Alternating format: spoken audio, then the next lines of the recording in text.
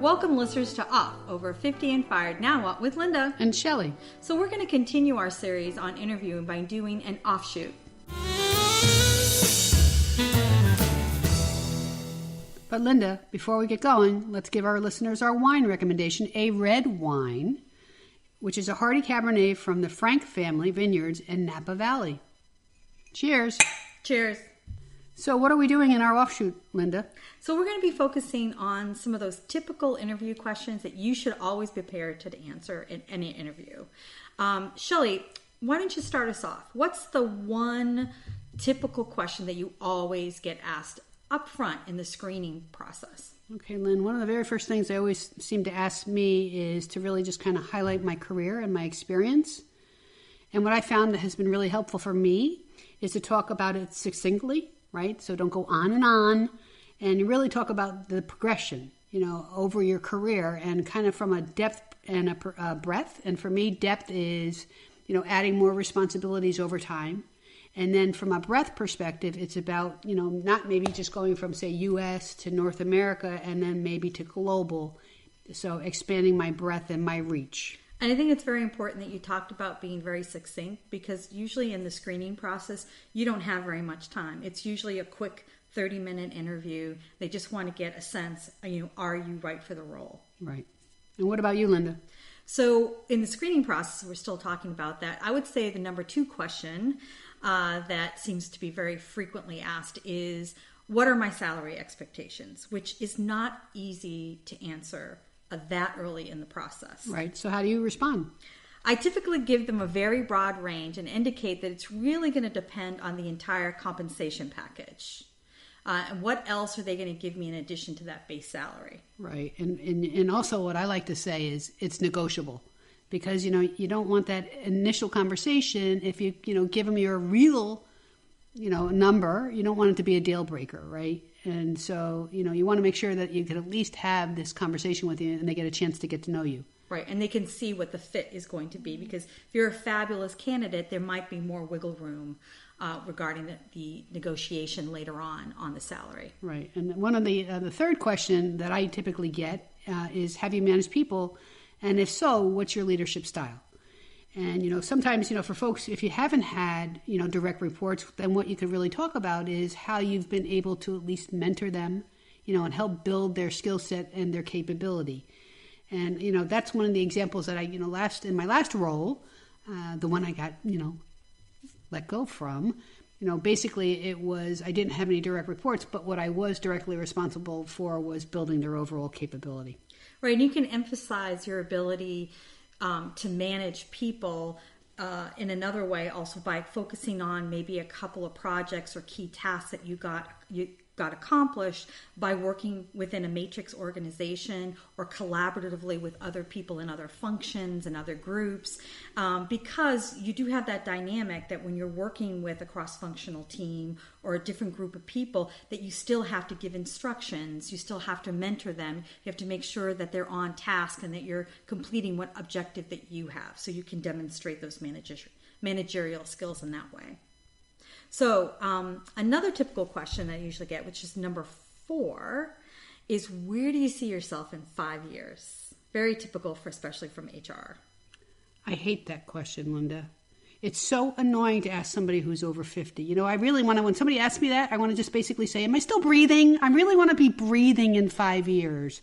That's what I want to answer, because it's ridiculous. So Shelley, seriously, how would you answer that question, especially for those, that are over 50? How should they kind of address that question? Yeah, well, I try to think about it in the way that I want to be a little bit more strategic. So I kind of pose it up as I want to be more of a thought leader. And the other way you can also is talking about the value that you can bring to the organization, and that you can help enable their success, and you want to see their success in their business in 5 years, and put it more in terms of the company versus yourself. So you mean, Linda, I really can't say I hope I'm still alive in 5 years? That's right. You might want to refrain from that. Okay, I'll try. So Linda, what's another question you get all the time? Should we stay still within the realm of the screening process, or should we move along the process? I think we should try to move along. Okay.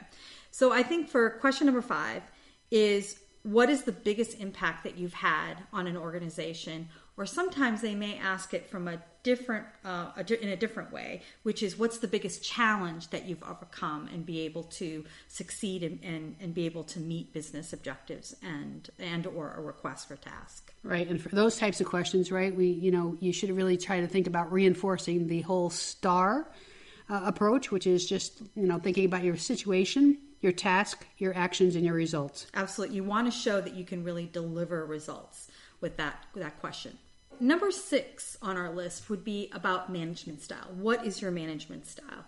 Yep. And for me, Lynn, it's really about making sure that you talk about, building relationships, right? The importance of having strong collaborative relationships, because when you're trying to drive those insights into action, you have to get the alignment with other folks. Right. And in addition to the, demonstrating collaboration as part of your management style, I really think that you really need to ensure that they understand that you're interested in mentoring and building capability in your people, and that should always be part of your response and how you build capability and get others to be able to meet the business objectives that they have, and also to grow and develop. So here are 4 more questions that we've prepared that you should really think about answering. Number 7 is, what makes you unique versus other candidates? Number 8 is, describe your dream job, which I think is stupid, but it's okay. But right now it's a very hot question with HR, and you should be prepared to answer that question. And it should be done in the context of the role that you're trying to get. It should be part of your dream job, definitely. You can't just say, I want to be just independently wealthy and, rolling around some raft somewhere. In the Caribbean? Yes, that would be nice. So number 9, what type of environment do you like to work in? And again, that's something where you might want to do a little research on the culture of the company and pull in some of those cultural aspects into your answer. Now, question number 10 is, how would other people describe you? So Shelley, how would you describe me? This may be a little... Are we going to continue to be podcast buddies? I don't partners? know. It depends on the answer. No. Linda, I would say that you're incredibly ambitious. You're very fiery and passionate, and I see that coming through. And as I had described, sometimes you get a little scary because you're so passionate.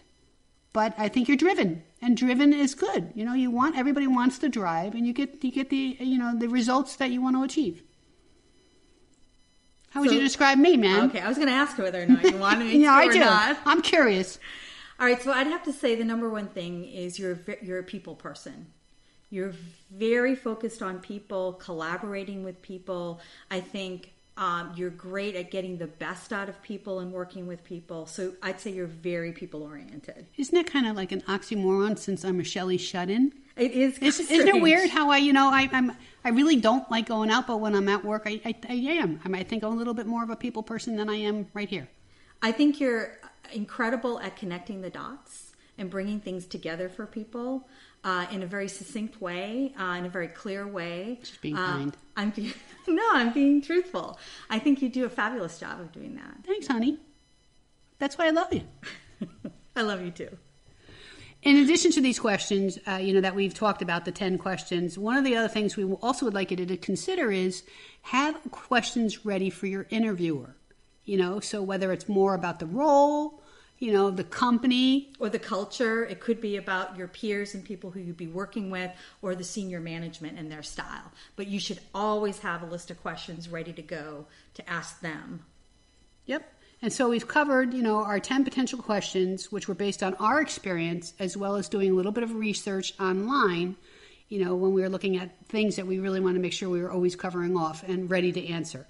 We'll be wrapping up our series with a set of principles for interviewing. So before we sign off on this podcast, I think our viewers should get an update on the predatory hawk situation that you ranted and raved about in the beginning of the season. And I know you were extremely distraught, so I think we should give an update to our listeners. Absolutely, Linda. I have to say, you're right. I was really upset, and our podcast director, Itzik, came up with a brilliant idea. He had suggested suggested that I get some little green fencing, and he actually brought it to my house, so I can't say that, he suggested because he bought everything with him because he was prepared, and he put it up, and what it did is it just gave a nice little haven to all my little furry and winged friends so that they could come in and out without, being the hawk being able to swoop down and scoop them away because their wingspan couldn't fit through it.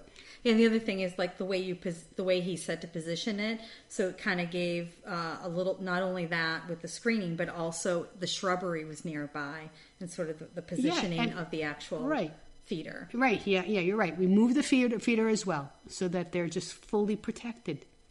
It's wonderful. So now it's back to being a bird and chipmunk paradise? Yes, it is. Everybody's happy. I got my menagerie back again. Excellent. So you can go back to being little Snow White again with your animal friends all around you. Yeah, I wouldn't go that far. But yes, I'm very happy that I have all my little animals back. So thanks, Ixit, for doing that and returning her back to her happy state. Thank you, honey. Greatly appreciated. So listeners, as always, you can find all of our resources that we referenced today, including our wine recommendations, on our website, www.over50andfired.com. So please give us your feedback and stories. And if you have any tips, in addition to the interviewing questions that we just covered, please go on our website and click on Contact Us or email us at offnowwhat@gmail.com. Thanks for listening. Bye.